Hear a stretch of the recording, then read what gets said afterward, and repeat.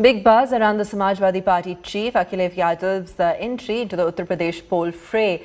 India Today scoops exclusive details from where the SP chief Akhilesh can fight the polls.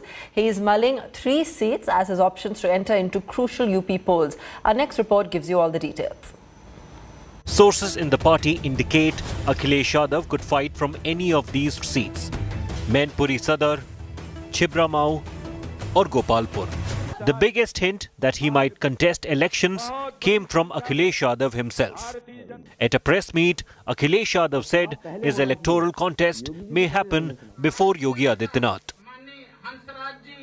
मैं आजमगढ़ की जनता से कहूंगा और पार्टी जहां फैसला लेगी वहां लड़ूंगा और चुनाव पहले होना चाहिए, योगी जी से पहले लड़ लें चुनाव. While elections in Azamgarh will be held in the 7th phase, Yogi Adityanath's home constituency, Gorakhpur, will vote in the 6th phase. Akhilesh had earlier said he would not contest the polls and would focus on every seat in the state. According to sources, the pressure on Akhilesh built after UP Chief Minister Yogi Adityanath decided to contest from Gorakhpur. Akhilesh Yadav ji पर अब इतना दबाव था मुख्यमंत्री योगी आदित्यनाथ जी के चुनाव लड़ने की घोषणा के बाद उनके पार्टी कार्यकर्ताओं में बड़ी निराशा थी और ऐसे में अब कार्यकर्ताओं के दबाव के बाद अखिलेश यादव जी नामुकुर करते हुए चुनाव लड़ने के लिए तैयार ही हो रहे हैं, लेकिन उनकी पराजय सुनिश्चित है. Akhilesh is an MP from Azamgarh and he has never contested in a state election. If he were to contest, the question then is whether Mayawati and Priyanka Gandhi Vadra would be also tempted to enter the fray. Bureau Report, India Today. Well, a mega clash, 2 heavyweights and 1 seat. It's Bhim Army Chief Chandrasekhar Azad versus Uttar Pradesh Chief Minister Yogi Adityanath in State of War, Uttar Pradesh.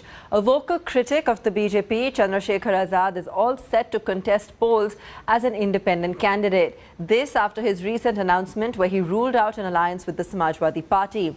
Even before Yogi's Gorakhpur announcement, the Dalit leader had openly challenged Yogi, claiming he would contest against the Chief Minister.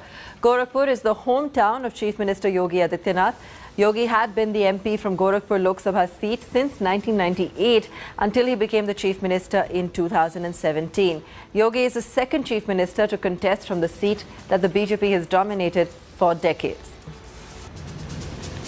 Party का आदेश हुआ है कि आपको गोरखपुर सदर लड़ना है और मैं भीम आर्मी और आज़ाद समाज पार्टी के का जो आदेश है हमारे नेताओं का, मैं उसका सम्मान करूंगा और मैं गोरखपुर चुनाव लड़ने जा रहा हूं.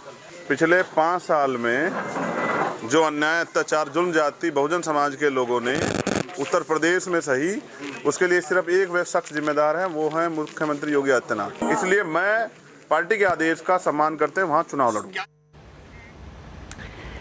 Will big faces fight? Yogi Adityanath will fight from Gorakhpur urban seat. Chandrasekhar Azad will fight from Gorakhpur. Keshav Prasad Maurya will fight from Sirathu, Prayagraj. And Akhilesh Yadav is poised to fight as well, but the seat is unclear. Mayawati is not fighting. Jayant Chaudhary is not fighting. Priyanka Gandhi Vadra also at the moment unclear. Now, a big embarrassment for Congress ahead of the Uttar Pradesh polls. Priyanka Maurya, the poster girl of Congress's Ladki Hoon Lad Sakti Hoon campaign, has joined the BJP. Maurya has alleged that the distribution of tickets was rigged in Congress and the party used her face and social media following for the campaign. Once the poster girl of Congress, she is now donning saffron. Priyanka Maurya, the face of Congress's Ladki Hoon Lad Sakti Hoon campaign, dumped the grand old party and joined hands with the BJP. ये है मेरी photo, मेरा पूरी तरीके से इस्तेमाल किया गया, मेरे नाम का इस्तेमाल किया गया, मेरे साथ अन्याय हुआ है, मेरे फेस को इस्तेमाल किया गया है, मेरे नाम को इस्तेमाल किया गया है, सोशल मीडिया पे मेरे 10 लाख फॉलोवर्स हैं, उनको इस्तेमाल किया गया है। मुझे मोहरा बना करके, मुझे फेस बना करके टिकट तो हमसे वोट तो लेना चाहते हैं ओबीसी समाज का, लेकिन टिकट देने में इन्हें प्रॉब्लम थी। ये धोखा हुआ है, मैं इसको यही स्टॉप करती हूँ। और आज मैं भाजपा में जुड़ी हूँ इस रीजन के साथ कि जो मैं दायरा बढ़ाना चाहती थी लोगों की मदद करने का, वो मुझे पार्टी सपोर्ट करेगी। मैं लोगों तक पहुँचूंगी, राष्ट्र हित में कार्य करूंगी। मेरे मन में आया कि महिलाओं के लिए कुछ करना है, और सबसे बड़ी चीज क्या कर सकते हैं हम आपको, क्या आपको समझा सकते हैं कि आप अपनी शक्ति को पहचानो। Disgruntled over being denied a Congress ticket for UP polls, Priyanka Maurya has hit out at Congress General Secretary Priyanka Gandhi Vadra. Congress में मैं काफी समय से पूरी मेहनत से लगी हुई थी, कार्य कर रही थी, लेकिन जिस तरीके से मुझे आहत किया गया, सिर्फ नाम दिया गया है कि लड़की हूँ, एक स्लोगन लड़की हूँ, लड़ सकती हूँ, लेकिन लड़ने का भी मौका नहीं जहाँ पे मिलता, ऐसी जगह पे समय अपना देते रहना मुझे समझ में नहीं आया। Earlier, Priyanka Maurya had alleged that Congress's distribution of tickets ahead of UP polls was rigged. हमारी स्क्रीनिंग हुई, मेरे साथ 24 प्रत्याशी टोटल प्रत्याशी थे, सबकी स्क्रीनिंग हुई, सबसे बूथ कमेटी की लिस्ट मांगी गई और ऑब्जर्वर्स भी आए। कहा गया ऑब्जर्वर्स की जो रिपोर्ट थी उसके अनुसार ये टिकट दिया गया है। Congress has rejected the charges, claiming tickets are being given on merit. Actually देखिए, टिकट्स कई लोग मांगते हैं, लेकिन सिर्फ महिला होने के नाते किसी को टिकट मिल जाए ये भी संभव नहीं है। हर जगह महिलाओं को दे दिया जाएगा तो ऐसा तो 403 है, फिर 100% की बात नहीं, हमने 40% की बात की। Congress General Secretary Priyanka Gandhi, in an unprecedented move, had announced her party will give 40% of its tickets to women in Uttar Pradesh. But Priyanka Maurya's charges of rigging in the ticket distribution process have come as an embarrassment for Congress. Bureau Report, India Today. Priyanka Maurya, the face of Congress's Ladki Hoon Lad Sakti Hoon, has now joined BJP, and India Today exclusively spoke to her after she came to the saffron fold. She told India Today that she was a deserving candidate and Congress had given the ticket to a parachute candidate. Let's listen in.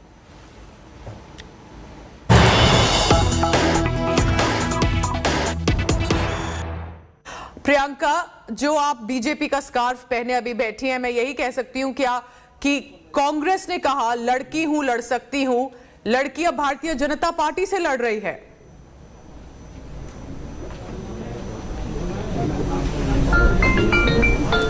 देखिए, slogan दिया गया है कि लड़की हूँ, लड़ सकती हूँ, लेकिन मैं इसके लिए यही कहना चाहूंगी कि लड़ने का मौका ही नहीं दिया जाता है। जिस पार्टी में वहां सिर्फ बात की गई कि लड़की हूँ, लड़ सकती हूँ की। प्रियंका जी के लिए मैं यही कहना चाहूंगी कि आप लोगों के माध्यम से मैंने अपनी आवाज उन तक पहुंचाने की कोशिश की गई थी, लेकिन वो ऐसा चांदी का चम्मच लेके पैदा हुई है कि वो उनको ग्राउंड रियलिटी का पता ही नहीं है कि लड़कियां किस तरीके की परेशानी से गुजर रही हैं और लड़ रही हैं, किस तरह से उन्हीं की पार्टी की एक लड़की अपने हक की बात कर रही है जिसके साथ धोखा हुआ है और उसकी ही बात कोई सुनने वाला नहीं है। तो मेरे हिसाब से ये जो कैंपेन चलाया जा रहा है जिसका नाम दिया गया है लड़की हूँ, लड़ सकती हूँ, ये एक कैंपेन ही बन के रह जाएगा, क्योंकि महिलाओं के हक की सिर्फ बात की जाती है। यहाँ पे मैं सिर्फ अपनी बात नहीं कर रही हूँ, मैं सारी महिलाओं की बात कर रही हूँ। ये सिर्फ कैंपेन चला करके महिलाओं को ठगने का तरीका है। मगर प्रियंका, यहाँ पे मैं जरूर कहना चाहूंगी कि कांग्रेस पार्टी ने जो 40% औरतों को प्रॉमिस किया, उनमें से फर्स्ट लिस्ट जब आई उसमें विमेन को दिए भी उन्होंने टिकट्स, आपको नहीं दिए। पर क्या आपको प्रॉमिस किया था? आप क्यों एक्सपेक्ट कर रही थी कि आपको टिकट मिलेगा जो फिर नहीं मिला? जी हाँ, यहाँ पे सब कुछ पहले से ही प्री प्लान था। हम लोग पूरी जी जान से अपनी विधानसभा में मेहनत करने में लगे हुए थे 170 सरोजनी नगर विधानसभा से, लेकिन एकदम से पैराशूट लैंडिंग होती है किसी कैंडिडेट की, जिसको इसी वायदे के साथ ज्वाइन करवाया जाता है पार्टी कि उसको 170 सरोजनी नगर विधानसभा दिया जाएगा।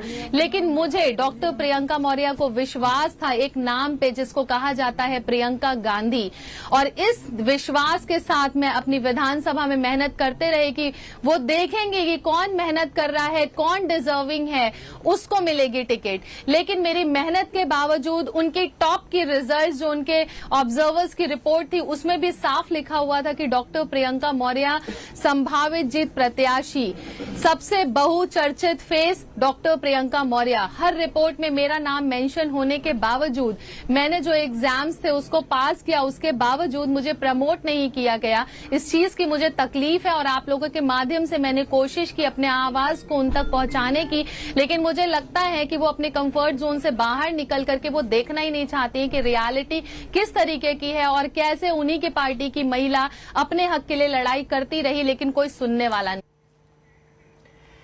Congress has fielded model actor Archana Gautam as its candidate in the Hastinapur seat, but she is being subjected to misogynistic trolling on social media. India Today spoke to Archana, who seemed quite unfazed by the trolling.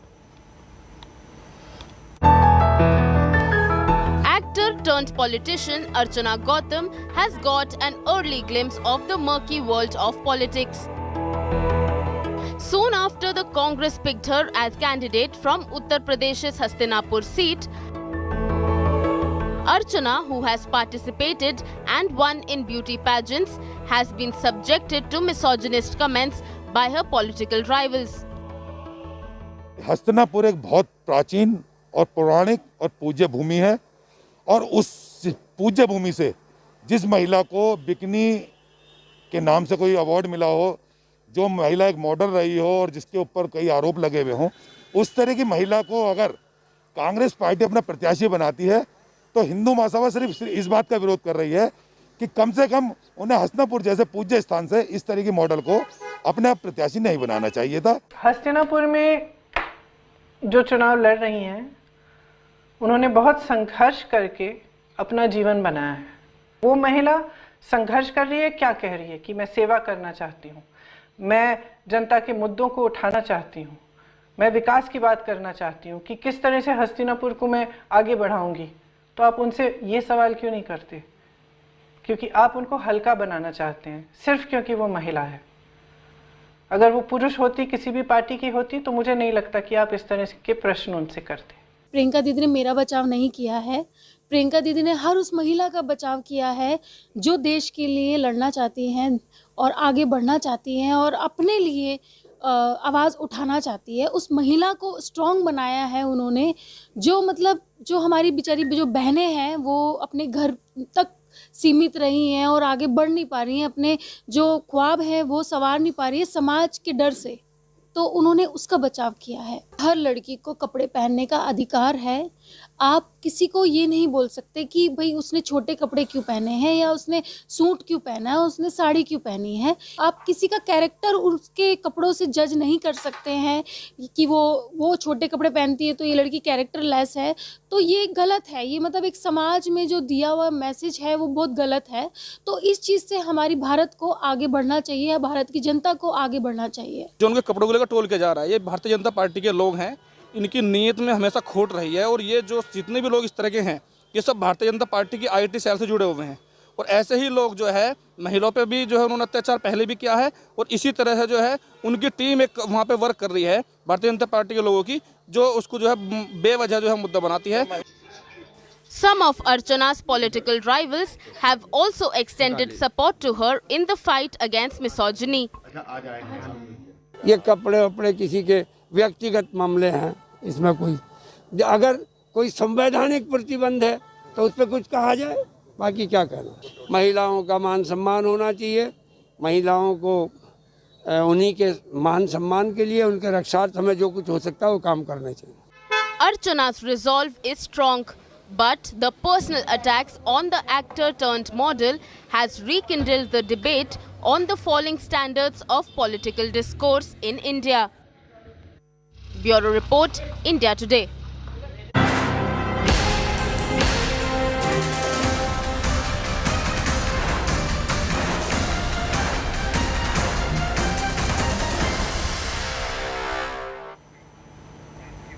Politics continuing between the BJP and Congress over an ED raid on Punjab Chief Minister's nephew. The BJP has demanded Charanjit Channi's resignation, accusing him of looting Punjab.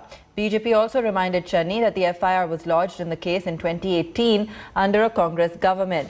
However, the Chief Minister alleges political vendetta against him, saying there is deliberate pressure being mounted on him to not contest polls. Channi accused the centre of misusing central agencies against him during poll season. He also went on to say that Captain Amrinder Singh and the Badals are behind the raid on his family.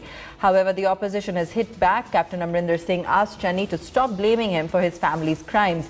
AAP convener Arvind Kejriwal also targeted the Chief Minister, saying he has done wonders in 111 days.